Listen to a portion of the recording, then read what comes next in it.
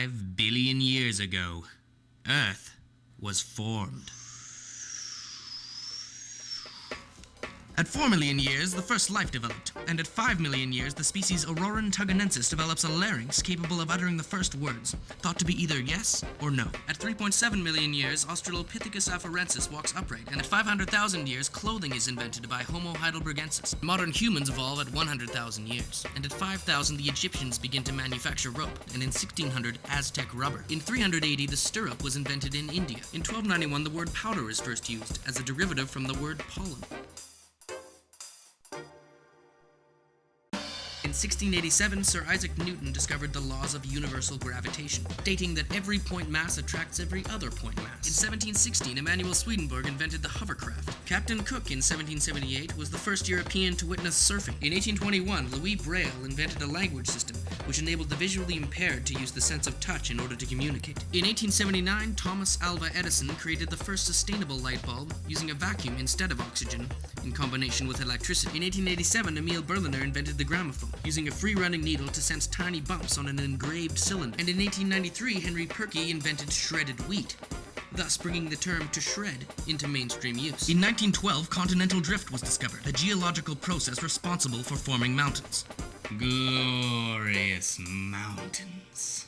By 1952, surfing had been brought to the city, and the first skateboards were being built in California. In 1965, Sherman Poppin invented the snurfer, after noticing his daughter standing on her snow sled. By the 1970s, skateboarding's popularity had fallen, but Frank Nasworthy improved the skateboard's traction and performance to such an extent that skating's popularity rose drastically again. In 1979, Jake Burton showed up at one of Poppin's snurfer events with a prototype binding. Snowboarding, as we know it, began in the early 80s, and was first seen as a silly and reckless fad at the beginning. By the year 2000, snowboarding has become a worldwide multi-million-dollar industry. But in 2001, professional snowboarder Greg Todds rips the bindings off his snowboard in order to shred powder using only a rope and rubber pad, thus inventing the NoBoard.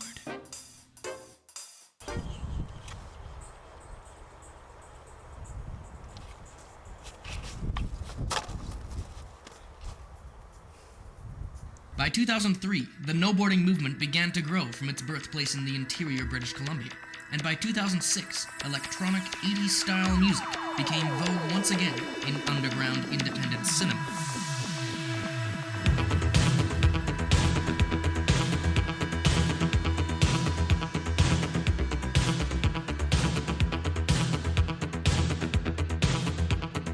Snowboarding at one point was snowboarding. You know, someone somewhere grabbed like some kind of piece, something that could slide on snow, and decided one day to stand up on it and go downhill. It's snowboarding without bindings. You know, it's like the closest you can get to surfing on snow.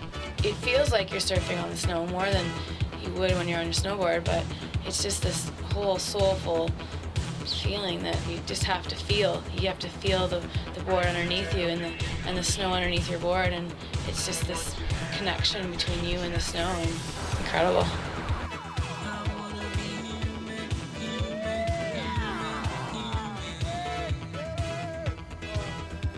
Well, when I'm grooving out to some snowboarding, I just press play, grab hold of my little rope there, and just give her down some sweet pow lines, baby. That's what it is. You know what I'm saying? Woo! People think that you're lifting your toes and your heels when you're snowboarding, but what you're really doing is putting downward pressure on your board. There's been all these sports that are really about balance and pressure and where to put your feet, and you know, snowboarding and skiing is kind of taking that away from the mountains, and that's probably maybe what we're trying to bring back is that feel. Basically own the mountain in a raw feel, and when you get down there on a snowboard, you know you got down there in style. I just had to go out and do the biggest spin trick to satisfy myself, or ride the steepest gnarl, and now I can just shred pow. It's a whole different world.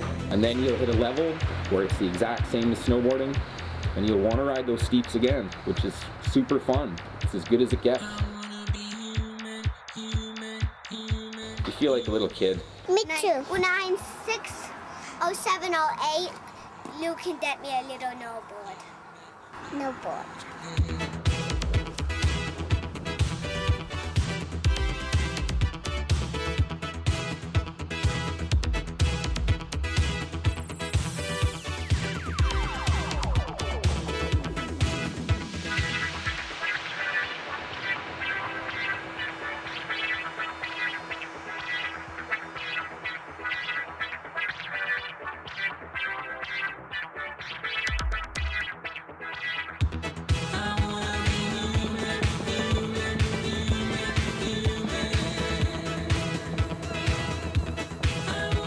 Yeah, there's nothing better than going out and riding with your friends, being in the backcountry, but things can change in a second.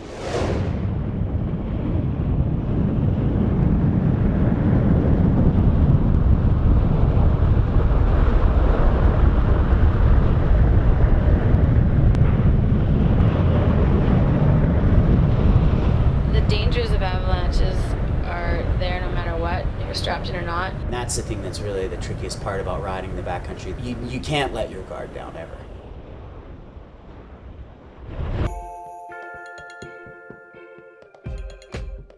What we're doing is more of a lifestyle, and growing up as a kid, you're a skateboarder and a surfer and a snowboarder, and I don't think you know it, but you're really getting into something that you're gonna do for the rest of your life.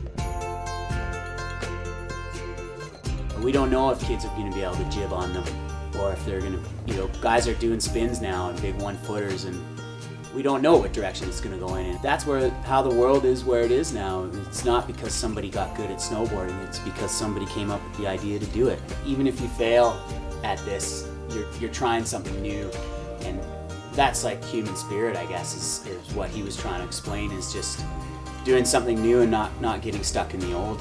Greg took a whole bunch of drywall screws and screwed them into his old K2 board, and then cut out a handle from a garbage can, put it on there, and with duct tape. For him, he was surfing in the mountains finally. I think it took someone like Greg Tots to actually have this idea to go back to the roots of snowboarding, to show people it could be done. It's fun, and that's all I got to say. It's just fun. Snowboarding is pretty much the funnest sport I've ever done in my life. It's just like renewing your spirit to shreds. Yeah, it's dangerous being out there, but that's it's not why we do it. But the rush to get there is a hell of a lot better than living in a city.